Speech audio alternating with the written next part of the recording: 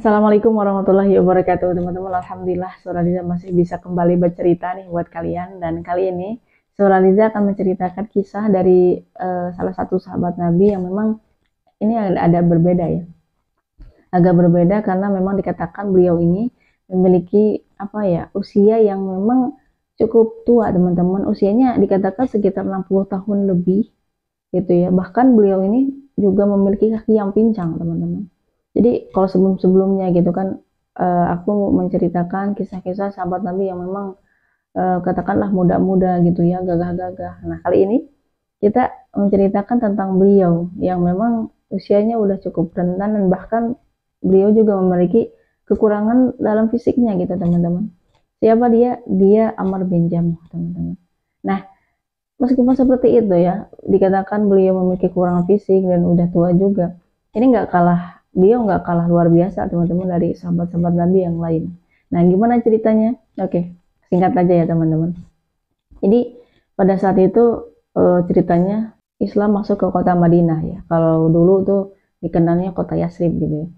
Waktu itu memang belum ada seruan untuk hijrah ya. Baginda Nabi belum menyuruh sahabat-sahabat untuk hijrah ke kota Madinah. Hanya saja memang Baginda Nabi SAW ini mengirim salah satu sahabatnya yang bernama Mus'ab bin Umair untuk berdakwah ke kota Madinah. Nah, dikatakan Amr bin Jamuh ini seorang tokoh teman-teman di Madinah ini. Ya, di seorang tokoh di Madinah.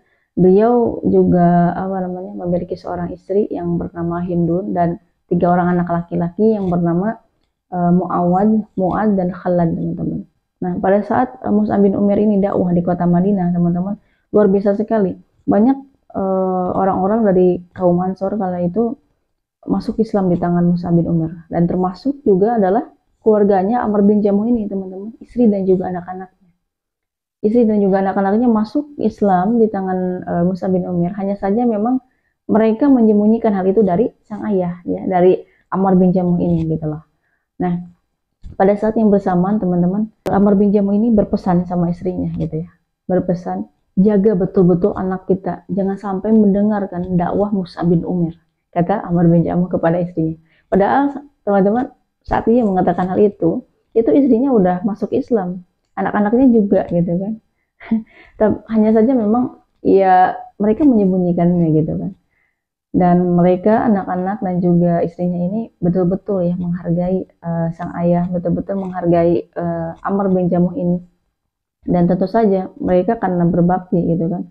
Bahkan mereka tuh berharap sekali kalau Amr bin Jamuh ini masuk Islam gitu ya. Mereka takut gitu sang ayah itu mati, masih apa ya, mati dalam keadaan kafir gitu ya, belum memeluk agama Islam. Tapi satu sisi lain Ammar bin Jam ini malah justru takut ya.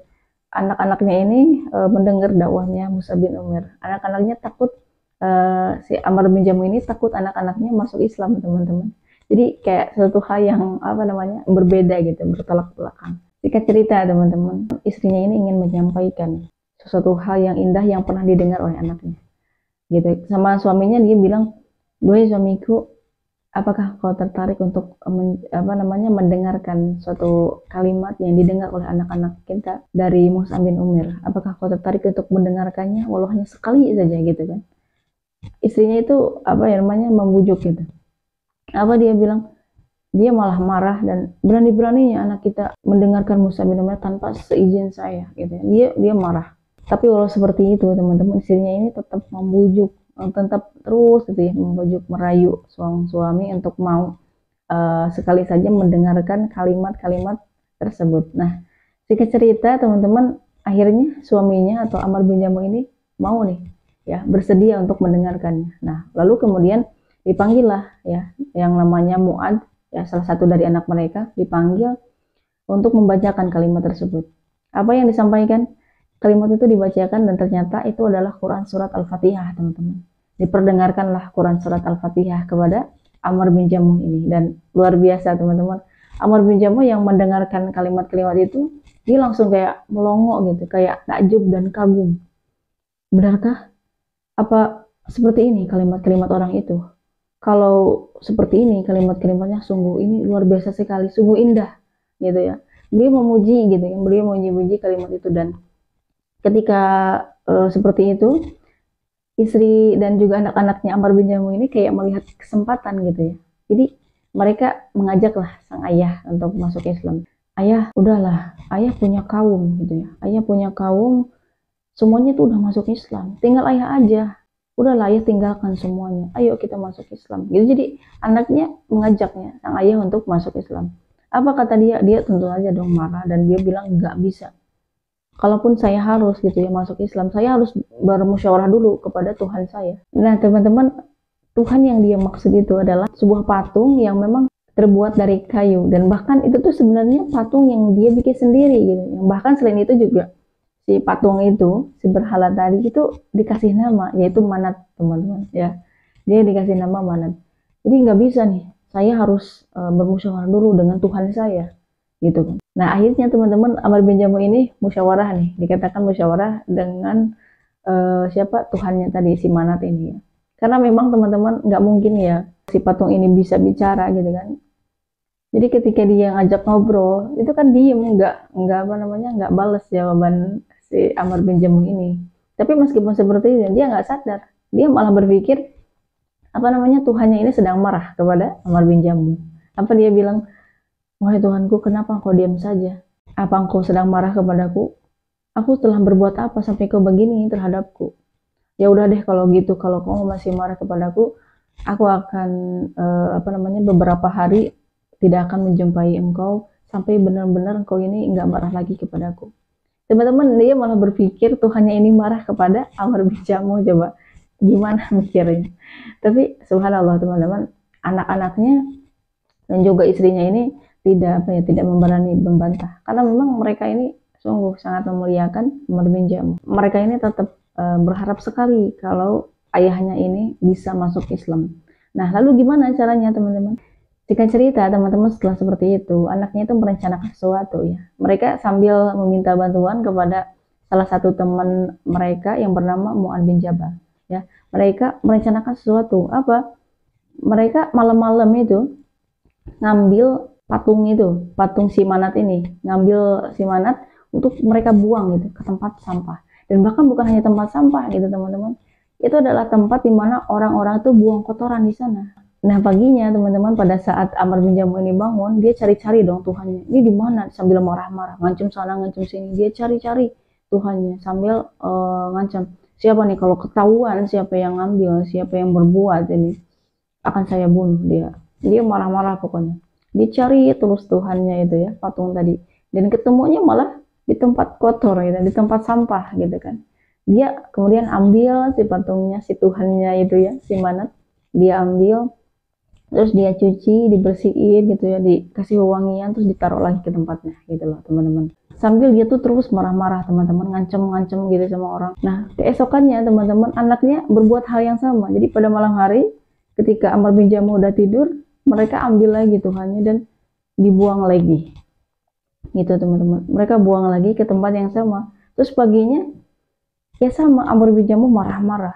Dia cari-cari Tuhannya, ketemunya malah di tempat yang sama gitu ya. Terus kayak itu berulang-ulang gitu ya, sehari 2 hari gitu ya, berulang-ulang tiap malam itu dilakukan sama anak-anak mereka. Jadi terus Amr bin Jamuh ini juga ya, dia ambil, dia cuci, bersihin lagi, dikasih wewangian lagi, ditaruh lagi ke tempat semula. Terus itu berulang-ulang teman-teman, sampai akhirnya dia juga capek sendiri.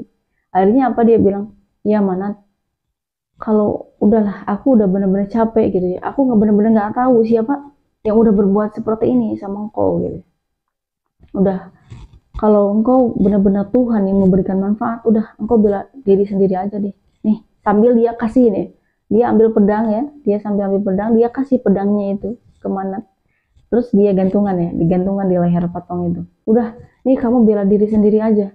Saya benar-benar gak tahu nih. Nah teman-teman, malamnya gitu kan, hal serupa terjadi lagi. Si patung tadi ya, sama, dibawa lagi sama mereka, dibuang lagi ke tempat yang bahkan kali ini udah apa ya, udah di samping dibuang ke tempat yang kotor gitu ya, di sampingnya juga ada bangkai anjing teman-teman. Nah gitu ya, pagi-paginya nih Amr bin Jamuh ini bangun melihat Tuhannya ini udah nggak ada lagi di tempatnya. Dia cari-cari, tentu dia marah-marah, kemana ini punya Tuhan nggak bisa diam gitu ya. Siapa nih yang berbuat begini sama Tuhan saya? Dia marah-marah. Dia cari-cari dan apa coba? Ketemunya di mana? Di tempat yang memang apa ya namanya? Kotor, dan juga di sampingnya udah ada bangkai anjing. Dia dalam keadaan disalib teman-teman, di pedangnya yang memang Ammar bin Jamuh ini kasih. Apa dia bilang? Dia malah bilang, wallahi, demi Allah, kata Ammar bin Jamuh ini, kalau engkau ini benar-benar Tuhan, kata Ammar bin Jamuh, mana mungkin kau bernasib seperti ini?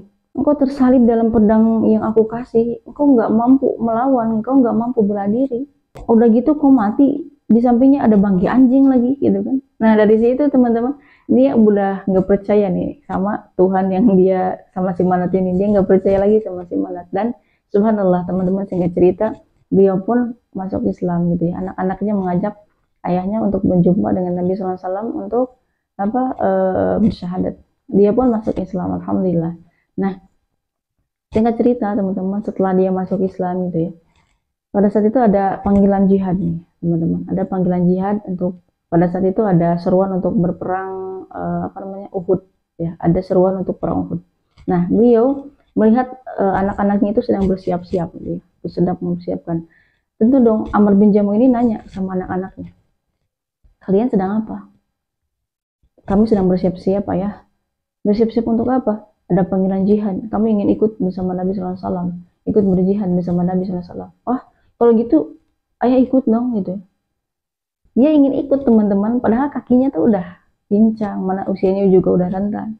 Dan anaknya pun sama nih teman-teman, anaknya, ayah ini udahlah, ayah udah diem aja di rumah, ayah udah tua gitu ya, bahkan ayah juga udah uzur dari segi kesehatan, dari segi usia, ayah udah apa ya, udah 60 tahun, udah tua gitu ya, udah ayah tunggu aja di rumah. Jadi anaknya itu membujuk agar sang ayah ini tidak ikut berperang gitu ya.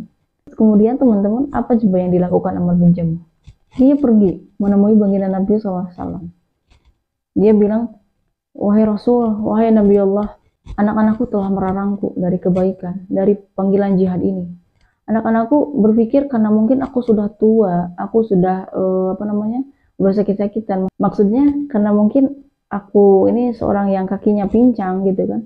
Anak-anakku melarangku untuk ikut berjihad. Demi Allah, wahai Nabi, aku berharap sekali dengan kepincanganku aku bisa melangkah, aku bisa masuk surganya Allah.